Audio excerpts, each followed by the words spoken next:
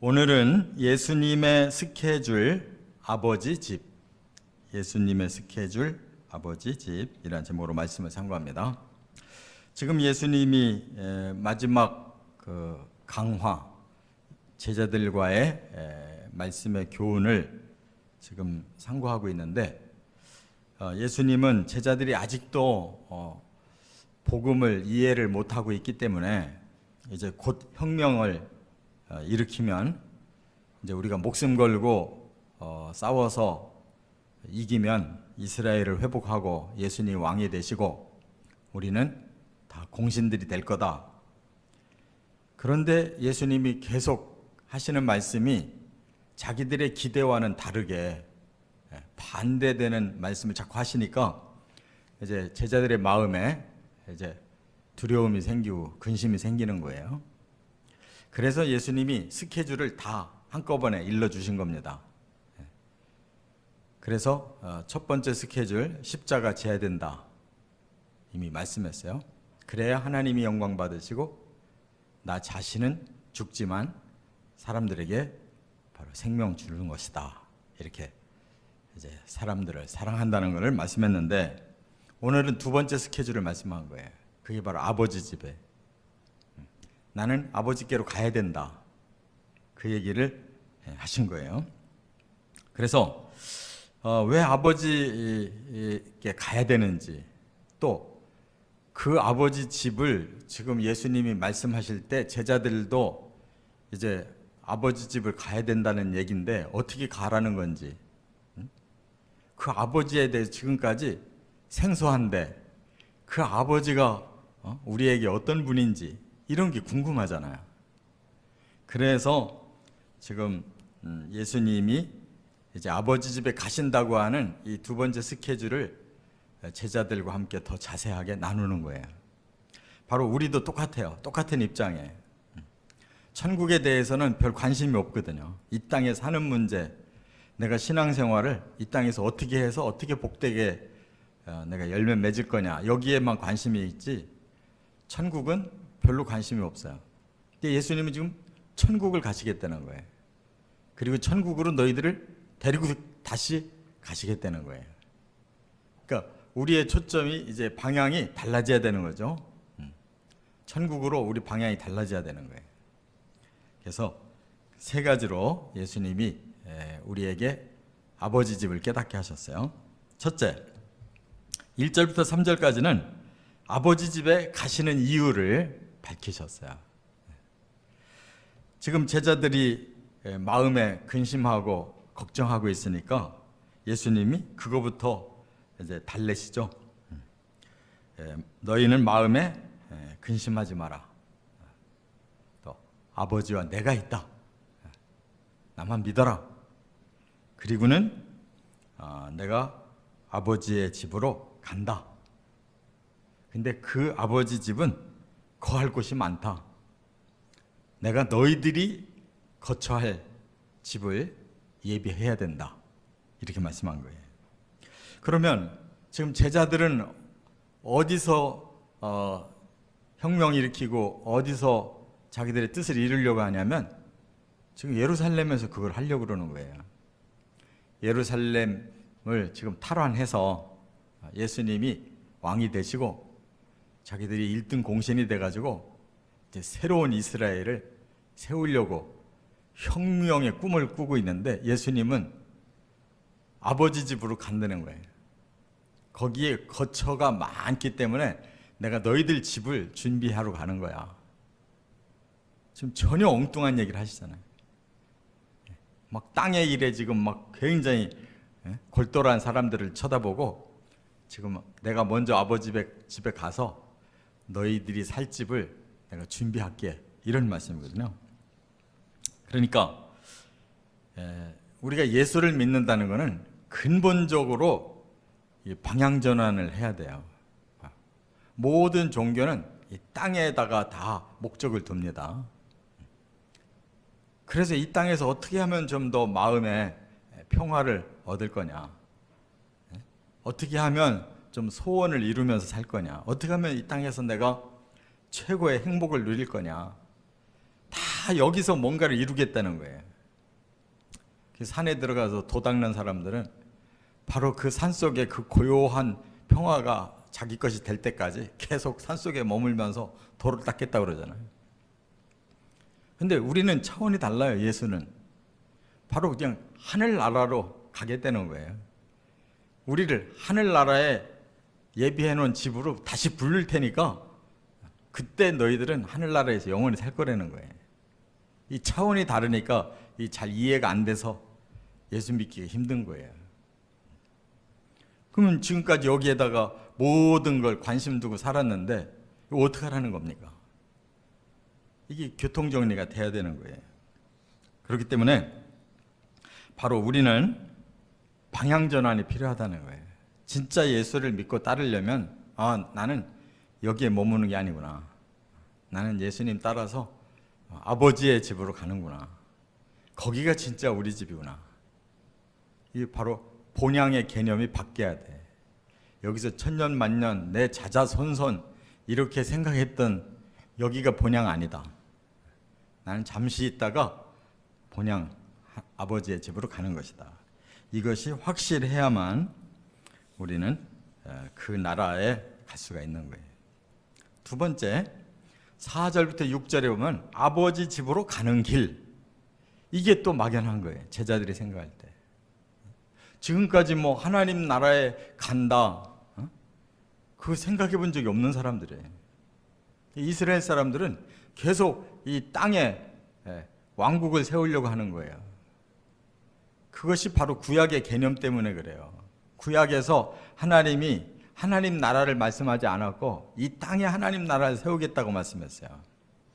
그래서 가나안 땅을 주고 거기서 너희를 내가 다스릴 거고, 그래서 성전을 짓고 거기서 내가 너희들을 축복할 거고, 그런 모든 나라를 쳐서 너희가 하나님의 나라를 땅에다가 세울 거다. 이렇게 계속 구약이 말씀하니까 사람들이 하늘나라를 생각이 없어요. 그러니까 말씀을 제대로 못 푸는 거예요. 이게 비밀스럽게 보이는 세계로 하늘나라를 자꾸 설명해 준 거예요. 예수님이 오셔서야 드디어 본체 하나님 나라를 직설적으로 표현하시니까 사람들이 메시아가 오시면 전부 예루살렘에다가 뭘 왕국을 세울 걸 생각하지, 진짜 하늘로 가서 거기서 하나님 나라가 세워진다는 것을 생각도 못하는 거예요. 이스라엘 사람들은 2000년이 지난 지금도 여전히 여기에, 기독교인들 중에 이단들은 전부 여기에다가 지금 세운다는 거예요. 이 개념이 구약의 개념에서 신약으로 돌아오질 못합니다. 그러니까 지금 예수님이 내가 가는 길을 너희도 안다 이렇게 얘기하니까 깜짝 놀라는 거예요. 아니 우리는 전부 이 땅에서 뭔가 이룰 거를 생각하고 지금 깊이 거기에 지금 뜻을 두고 사는데 무슨 하늘에 무슨 우리가 새로운 길을 뭘 안다고 말하는 겁니까? 그래서 도마가 먼저 질문을 해요.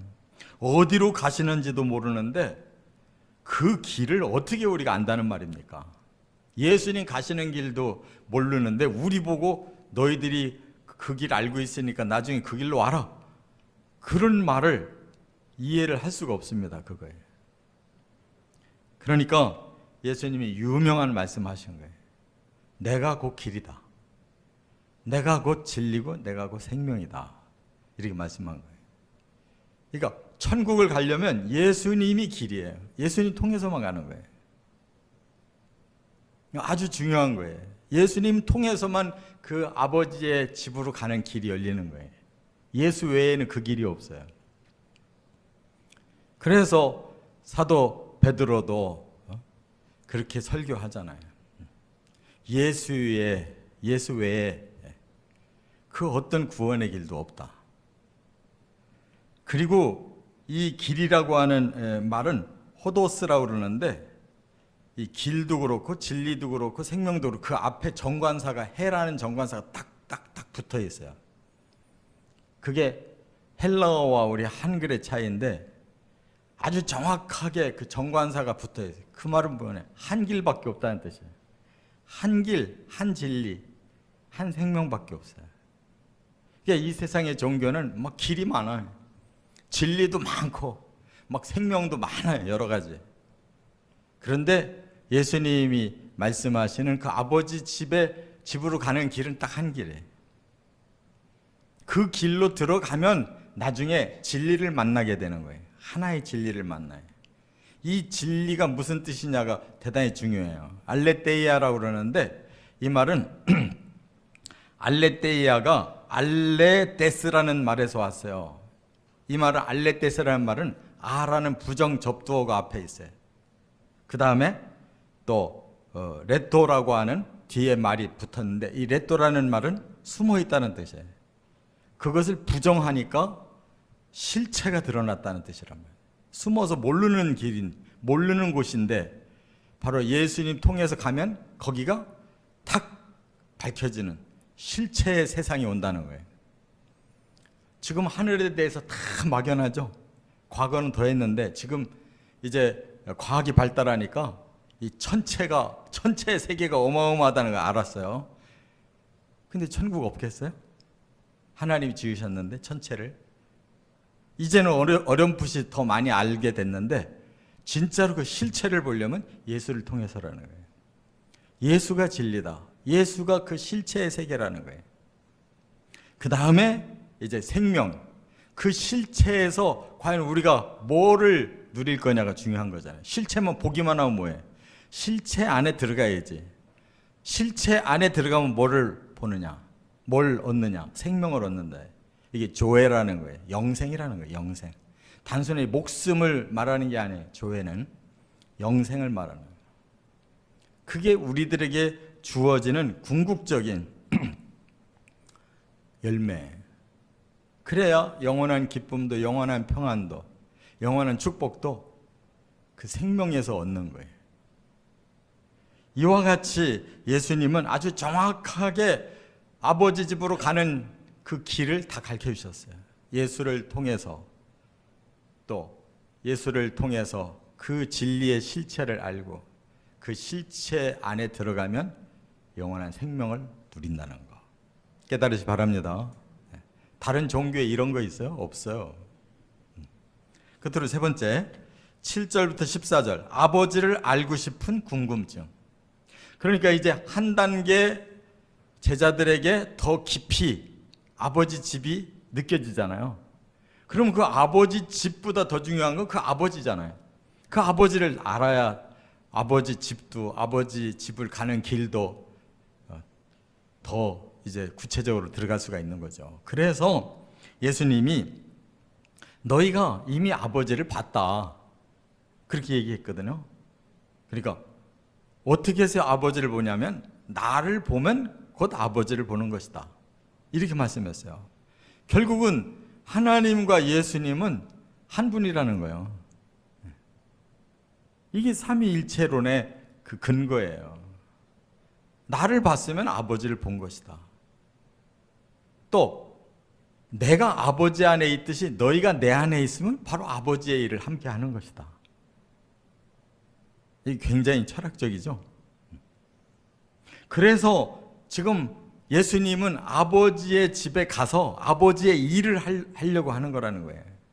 그런데 너희가 나를 믿는다면 그 아버지의 집에서 너희도 함께 일하는 것이다. 나는 아버지의 집에서 일을 하고 너희는 아버지의 집을 위해서 이 땅에서 일을 하는 것이다.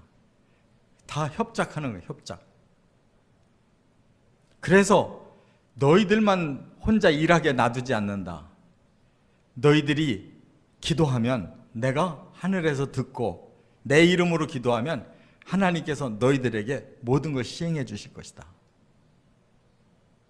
지금 제자들은 이 땅의 일을 생각하고 있는데 이제 내가 아버지의 집에 가서 내가 너희와 함께 중보자가 되면 내가 아버지의 마음 안에 있듯이 너희가 내 마음 안에 들어오면 이제부터 아버지의 일을 하는 거다. 내가 이 땅에서 한 일보다 너희들이 이 땅에서 할 일이 더 큰 일이 있다. 그게 뭐예요? 다 이 세상의 사람들 전부 끌고 구원시켜서 천국으로 가는 일이 그게 아버지의 일이란 말이에요.